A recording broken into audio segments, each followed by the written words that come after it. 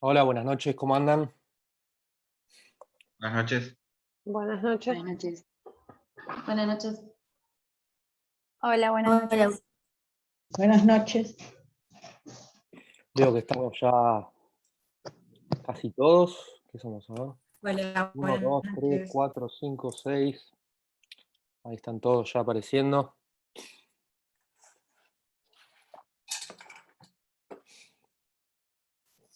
Vamos a empezar en un minuto.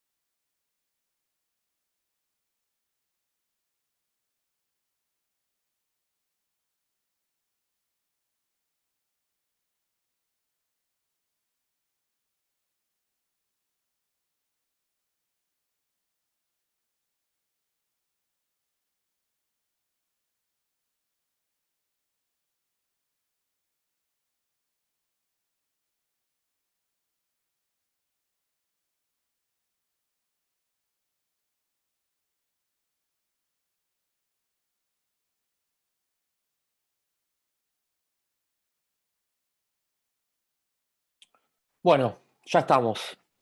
A los que pueden, en realidad es un requisito del curso. La verdad que yo no sé ponerme la gorra. Esa es una frase para los que no son de aquí, Argentina, referir a quien vigila constantemente a otra persona en cuanto al tema de la cámara, ni tampoco la asistencia, pero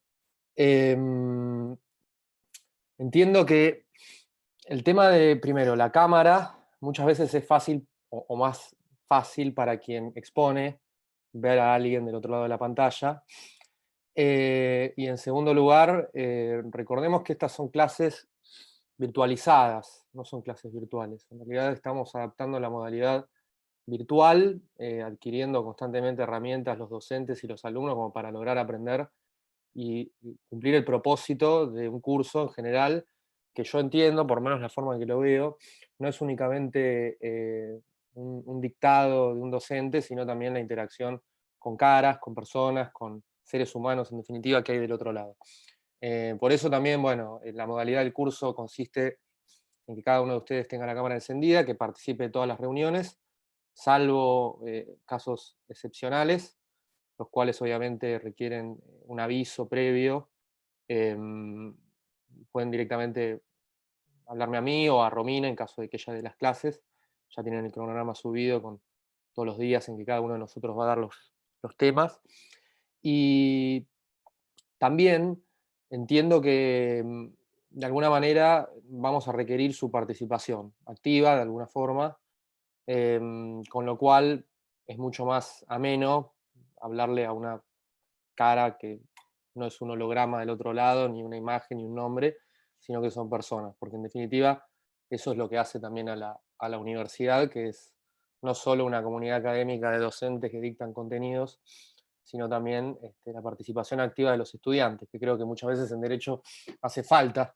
Ya las clases de cuño magistral, por llamarla de alguna manera, quedaron en desuso, con sus beneficios y con sus perjuicios. Yo entiendo que era otra forma de dictar eh, las carreras universitarias que hoy en día necesariamente han quedado anacrónicas. Así que por ese motivo, bueno, la idea es que ustedes participen y que me interrumpan y que no se sientan presionados. Yo no soy juez ni quiero que me llamen con ningún epíteto muy grandilocuente, simplemente me pueden llamar su excelencia y a quien no le guste se puede ir del curso.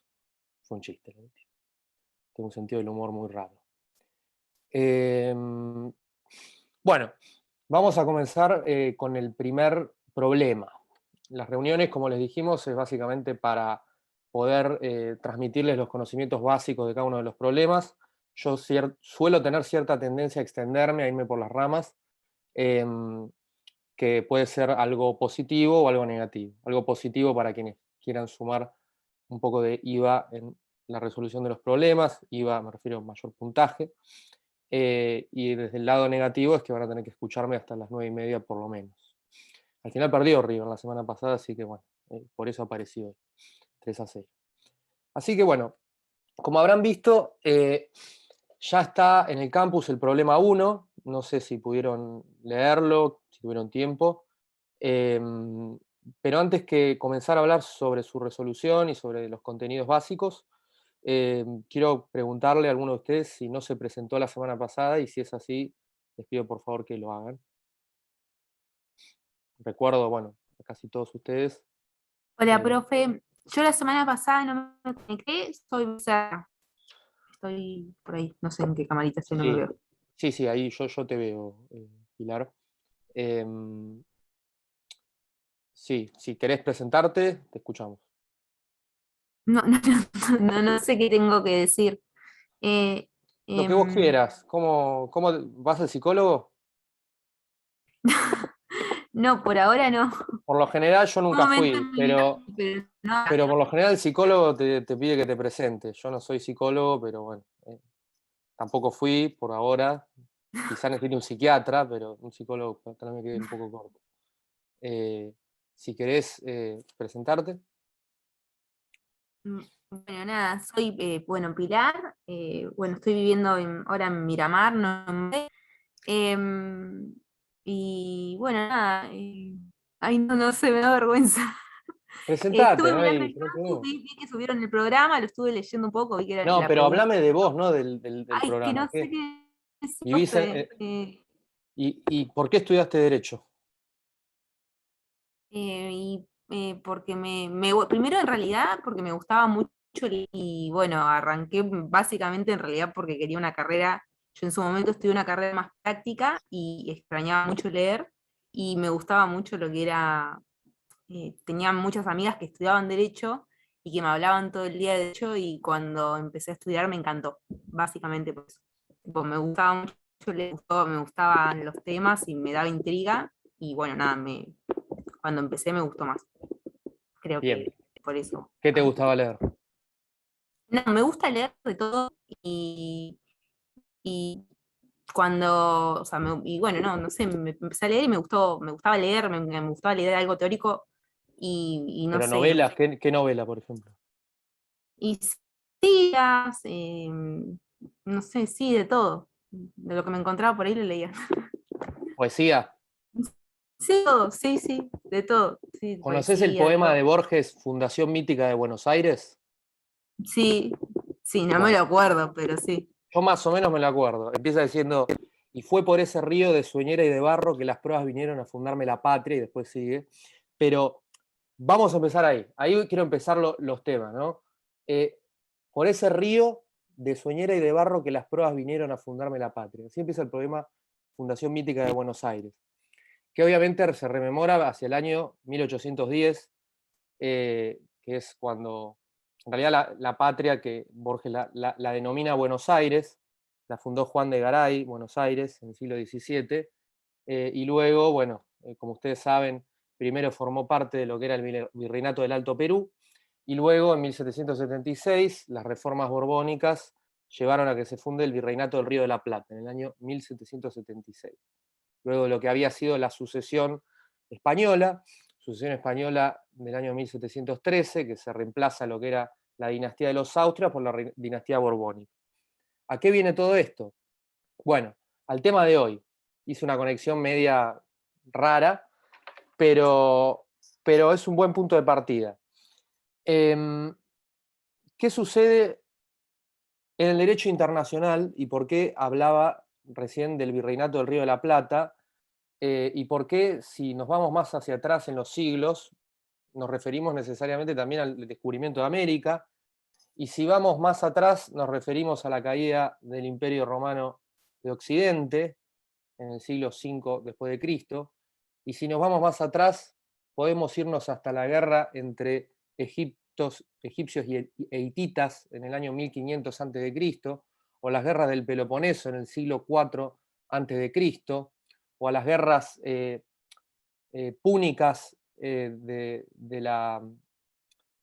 imperio, de la República Romana con con Cartago, o si nos vamos más atrás podemos incluso referirnos al comienzo de la humanidad. Y desde el comienzo de la humanidad, básicamente, existen comunidades de alguna manera congregadas en estados primitivos, que a lo largo de la historia necesariamente lo que ya hacía al asentamiento de esas personas en comunidades, en pueblos, requería el tratamiento con otros pueblos. Es decir, lo que se empezaba a conocer como una suerte de comunidad internacional primitiva. Esto es el derecho internacional preclásico, que no nos vamos a ir hasta allá porque únicamente tienen 4 clases conmigo, pero sí nos sirve para entender de qué se trata el derecho internacional. Yo les mencioné en la clase pasada que el derecho internacional era un sistema de normas jurídicas que regulan los derechos y las obligaciones de los sujetos de la comunidad internacional. Derechos y obligaciones, por cierto, internacionales, que conforman esta comunidad internacional una serie de sujetos que primordialmente son los estados, y que estos estados, a través de su voluntad autolimitativa, según lo que se conoce como la teoría voluntarista de Jelinek, conformaban una serie de normas, principalmente consuetudinarias en el derecho romano preclásico y clásico, y luego devinieron en fuentes escritas que son los tratados. Muchos lo denominan, bueno, derecho de gentes, derecho, derecho internacional público, es una denominación que le dio Jeremías Bentham en el siglo XVII, pero lo cierto es que la necesidad de los estados, de las comunidades, de las sociedades que se formaron a lo largo de la historia requerían necesariamente de dispensar un tratamiento con otros estados. Y ese tratamiento, esa regulación, las normas de conducta que iban a regir sus relaciones, se denominaron el derecho internacional, esta disciplina que estudiamos hoy. El nombre de derecho de gentes en realidad viene del Imperio Romano. Ustedes saben que en Roma, una vez lanzado el imperio, existían 3 órdenes jurídicos: el derecho civil, el ius civile, el ius gentium, que regía la comunidad del Imperio Romano con otros pueblos, primero en la península itálica y luego en el resto del continente europeo y en el resto de los dominios del Imperio Romano; las civitas, que regía la ciudad romana; y el ius civile, que era entre los ciudadanos romanos, que bueno, esto primero era entre una clase patricia, y luego, con las reformas, devinieron también en el derecho común, lo que se conocía como el derecho común romano. Luego, a lo largo de la historia, ese derecho de gentes, principalmente con la caída del Imperio Romano de Occidente y con el renacer del derecho natural que tiene toda una raigambre teológica, por llamarlo de alguna manera, o una confluencia teológica, con lo que era la Suma Teológica, más que nada de Santo Tomás de Aquino, se entendía a este sistema de normas y valores y principios jurídicos como una justificación a un orden moral suprayacente, es decir, un orden moral que devenía divino, como les menciono, y que el representante de Dios sobre la tierra, que era el sumo pontífice, que era el Papa, tenía la autoridad y el arbitrio de poder dictar normas de carácter obligatorio desde el punto de vista moral y jurídico, pero a su vez que subyacía al imperio de los jefes de Estado. Jefes de Estado que en realidad eran reyes, principalmente el reino que se forma en el siglo IX después de Cristo, que fue el Sacro Imperio Romano Germano, de forma Carlomagno, fue coronado por el Papa, más que nada. Y este imperio deviene en una suerte de, bueno, lo habrán visto en derecho político, en una suerte de reino fragmentado, que luego, con diferentes acontecimientos históricos, principalmente el descubrimiento de América, o el redescubrimiento de América por parte de Europa, la invención de la imprenta en el siglo XV después de Cristo, y el declive relativo de la hegemonía de los países asiáticos. No nos olvidemos que hasta el siglo XV China, el imperio chino y la India representaban el 50% del PIB mundial, algo parecido a lo que es ahora. Fíjense cómo los centros de gravedad de poder se vuelven a desplazar hacia el Asia-Pacífico. Todo ello confluyó a que el derecho internacional devenga en un sistema que regían diferentes soberanos en igualdad de condiciones, y la autoridad del Papa comienza a verse disminuida. Esto también va de la mano del progreso tecnológico, del progreso científico y de el renacer más que nada de la autoridad soberana de los estados. Es el fin del sistema feudal, o el sistema de la Edad Media, y el nacimiento de nuevas, también desde el mundo de las ideas, todo lo que es el Renacimiento, que ponen en jaque esta suerte de teoría de las dos espadas, como la llamaban algunos, que era el Papa quien en última instancia tenía el poder supremo. No nos olvidemos, por ejemplo, ¿te gustaba la literatura, Pilar? El pasaje del Dante de la Divina Comedia, el Inferno, que habla sobre el mar Mediterráneo como el límite del universo, y después de ese universo, los buques que iban más allá de los pilares de las columnas europeas devenían en una abstracción casi desposeídos de cualquier vida posible más allá del mar Mediterráneo. En 1492 se descubre América, llega Cristóbal Colón a las Antillas Mayores, y luego en el año 1493 el Papa, quien si no, dicta las famosas bulas papales, que son 4. Las bulas papales básicamente establecen la división del continente americano, pero más que nada redefinían un equilibrio de poder entre dos monarquías que estaban en ascenso, que era la monarquía española, que había descubierto los territorios del continente americano, y la monarquía portuguesa, que había tendido como consecuencia de la caída del imperio, de la caída de Constantinopla, toda una ruta que bordeaba el Cabo de Buena Esperanza en África y llegaba hasta la India a través del borde de África, de lo que es hoy Sudáfrica, el Cabo de Buena Esperanza. Entonces, todos estos acontecimientos hicieron que la autoridad del Papa, en ese momento era Alejandro VI, de la familia de los Borgia de Florencia, de los Medici, dictó 4 bulas papales que luego, por parte de estos dos reinos, que eran el reino de los reyes católicos españoles y los reyes portugueses, decidieron dejarlas de lado, básicamente porque era un dictat, era un acuerdo, perdón, no era un acuerdo, era simplemente una declaración por parte del Papa que no establecía el equilibrio entre las potencias de manera que pudiesen estar justamente compensadas, y de esta forma se firma en lo que fue el Tratado de Tordesillas. En el año 1494 se establece que todos los territorios que estuviesen 340 leguas al oeste de la isla de Cabo Verde iban a pertenecer al Reino de España, y todos los que estuviesen 340 leguas al este iban a ser del Imperio Portugués. De esta manera fue lo que hoy podemos distinguir como la América o Hispanoamérica, y la América Lusitana, que es portuguesa, que luego este tratado obviamente no fue cumplido, más que nada por parte de Portugal, se expandió un poco más al oeste y llevó a la conformación de lo que hoy es básicamente Brasil. Pero todo esto responde al tema de hoy, que es sujetos del derecho internacional, que vamos a entender cómo nacen los sujetos de derecho internacional y qué es un sujeto de derecho internacional. Como les dije, antiguamente estos pueblos, y luego devinieron en ciudades-estado, más adelante fueron imperios, más adelante fueron feudos, reinos, y finalmente en 1648 se fundan los estados-nación. Empieza a tomar preponderancia esta idea de la igualdad, de la paridad jurídica entre diferentes entidades soberanas entre sí, que tenían igualdad de condiciones y que podían regir sus relaciones de manera recíproca y ecuánime. Ecuánime en el sentido jurídico, no en el sentido material de poder, porque naturalmente había imperios que eran menos o más poderosos que otros.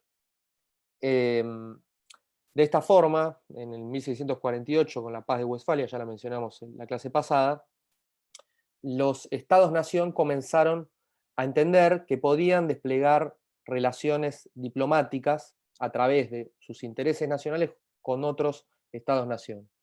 Entonces ahí se forman una serie de reinos, bueno, más adelante el reino de Inglaterra reformado después de lo que fue la Revolución Gloriosa, luego el reino de Francia, que tuvo su punto más álgido durante la monarquía de Luis XIV, y luego con la caída ya de Luis XVI en 1789, todo lo que fue la era napoleónica, que en realidad la era napoleónica no fue más que un desafío a ese orden, porque Napoleón creía en una supremacía absoluta por parte del imperio francés, lo coronan en 1804, y no distinguía a otros soberanos. Él era el soberano, él era el emperador absoluto, no absoluto en el sentido de Estado absoluto, sí absoluto en cuanto al no reconocimiento de otras entidades. Por eso finalmente termina cayendo, porque el sistema que se crea, que era un sistema de equilibrio de poderes, un equilibrio de poderes material, en donde cada reino tenía una capacidad material y económica que implicaba una paridad de condiciones respecto de los otros, y que cualquier intento de socavar ese equilibrio iba a llevar a que el resto de las potencias se alineasen en contra de ese monarca. Y eso es lo que sucedió con Napoleón. Costó 6 coaliciones hacer caer a Napoleón. Y después, cuando cae en Leipzig, en 1814, pasaron 100 días para que vuelva a caer en Waterloo, y en 1815 el Congreso de Viena definitivamente pudiese poner fin a las ambiciones imperiales de Napoleón en Europa. Pero esta idea, que en 1815 se funda lo que se conoció como la pentarquía, que esto es el equilibrio de poder llevado a través de congresos que se reunían periódicamente en Europa, que concertaban las cuestiones de Europa de manera directa entre los soberanos, y que adjudicaban el poder de estos estados para poder enviar representantes de esos estados a otros. Aquí es cuando nace toda la doctrina de la inmunidad de jurisdicciones, de la inmunidad diplomática, el Congreso de Aquisgrán de 1819, permitió que las relaciones internacionales y el derecho internacional cobrasen un sentido más coordinado, y a través de tratados concertados. Entonces, de esta forma podemos dar cuenta de que la progresión de la subjetividad internacional, que la subjetividad internacional responde principalmente, en esta idea clásica, a la entidad de los estados-nación, se dio de manera paulatina y de manera coordinada a lo largo de la historia, que no fue respuesta de que los estados un día se juntaron y en un concierto decidieron simplemente responder a normas que estaban preestablecidas. Fue algo que requirió de una evolución, y esa evolución se consumó en el año 1815, principalmente en este Congreso de Viena que les mencioné. Entonces, ahí nace la noción de subjetividad internacional, que no escapa a la idea jurídica que nosotros podemos tener de cualquier otro sujeto de derecho. De esta forma ustedes pueden hablarme de qué significa para ustedes ser sujeto de derechos. No sé si alguien me quiere contestar esta pregunta. ¿Qué significa que alguien sea, que una persona humana jurídica sea sujeto de derechos? Puede ser que tiene derechos, obligaciones y atributos. Sí. Doctor, puede ser también que la persona tiene ya la capacidad legal, o sea, la mayoría de edad para Capacidad ejercer legal. derechos y obligaciones. O sea, en mi país, en Bolivia, a partir de los 18 años puedes ejercer ya derechos y obligaciones. Hay una noción de capacidad. Ahora, la capacidad jurídica no es limitativa de la subjetividad jurídica. En ese caso no podría haber sujetos de derecho que sean menores de 18 años. Sí, en el sentido de que en el ordenamiento jurídico interno es ese mismo ordenamiento quien confiere subjetividad. Por eso existen personas jurídicas que son regladas por el derecho interno, bajo los límites que impone ese derecho interno, será a su turno el Código Civil y Comercial, la Ley de Sociedades o cualquier otro estatuto que consagre subjetividad a un ente público, ¿por qué no? Pero la definición es más cercana a la que dijo Macarena. La subjetividad jurídica nace de la idea de que una entidad tenga la capacidad, no capacidad legal, sino capacidad para ser centro de imputación de derechos y obligaciones. Y cuando hablamos del ámbito internacional nos referimos a derechos y obligaciones internacionales. Entonces, los sujetos de derecho internacional son principalmente quienes conforman esta idea vaga de la comunidad internacional. La comunidad internacional también la conforman otros actores, como pueden ser principalmente organizaciones internacionales, como pueden ser grupos beligerantes armados, como pueden ser frentes de liberación nacional en la guerra contra la descolonización, como pueden ser fondos de inversión o inversores, como pueden ser grupos religiosos, por ejemplo la Iglesia Católica, el Comité Internacional de la Cruz Roja. Son todos actores internacionales, que es el género, y que responde más a una categoría sociológica. Ahora, no todos los actores internacionales son sujetos de derecho internacional, porque no todos los actores son centros de imputación de derechos y obligaciones internacionales. Entonces, como les dije, son los estados, a través de esta brevísima introducción histórica que les di sobre la historia europea más que nada, pero que también responde a una noción clásica dentro del continente americano. Ahora vamos a ir concretamente al caso americano y por qué les cité ahí un poema, ese poema que sonó un tanto fuera de contexto, pero que ahora voy a apuntar bien cómo se dio esto en América Latina más que nada. Son estos estados los principales agentes, los principales sujetos de derecho internacional. También existen otros sujetos de derecho internacional que son no estatales, principalmente las organizaciones internacionales.